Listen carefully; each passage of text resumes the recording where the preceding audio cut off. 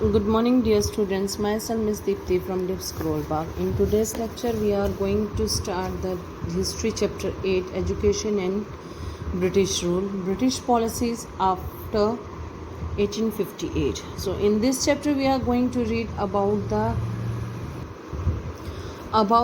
the British policy for the education in India, what steps they have taken to promote education in India, and in this chapter we are come to know that how the English medium become a mere mean of instruction in the education. We are going to read about that thing also. So let's start.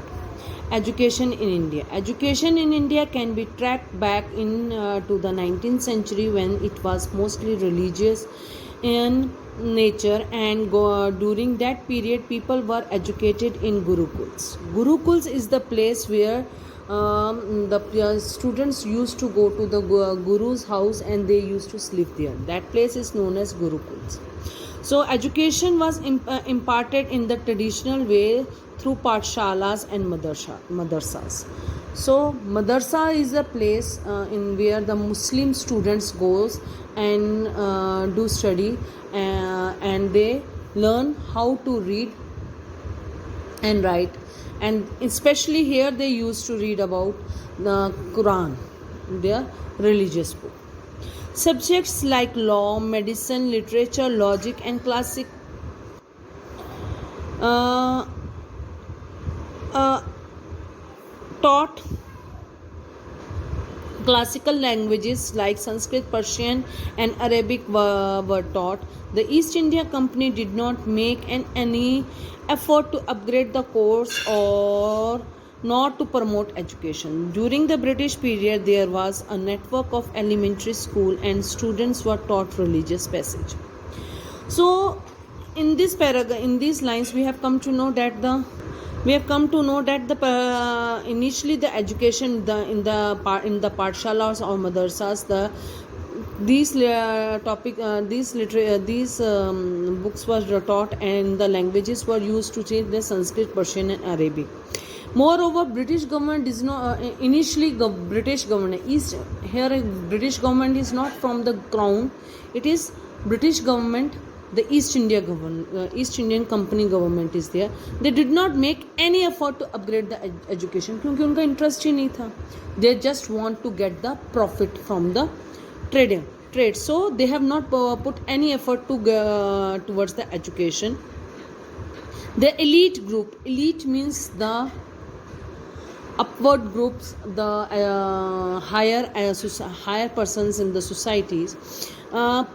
People alone availed the higher education, especially the Brahmins among Hindus and the upper class in Muslims.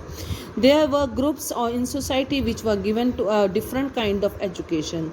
There was Christian missionaries, the social reformers, and the European mercantile classes. Mercantiles means the traders.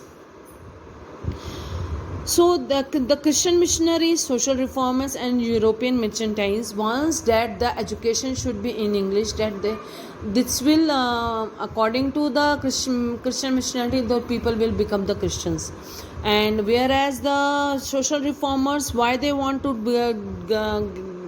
give the education in English, that if people are going to read in English, they will come to know about what is going on around in the world, and this will help to them in the growth, and they will have the scientific knowledge regarding the future.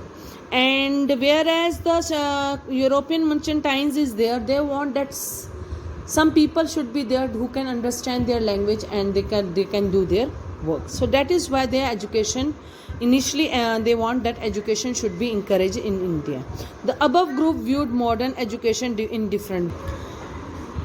The Christian missionaries felt that the modern education will make people. The Christian missionary felt that the modern education will make people follow the Christianity and will undermine the faith of people in their own religion. So Raja Ram Mohan Rai believed that education was essential to remove the social evils from the society, and mercantiles group of people felt that educated Indian were need to promote trade and the markets. So I have already told you that why they want to these three groups want an education in India. So in next lecture we are going to read about the Western education in India and the things steps taken by the government, British government, to encourage the education. Thank you very much. Have a nice day.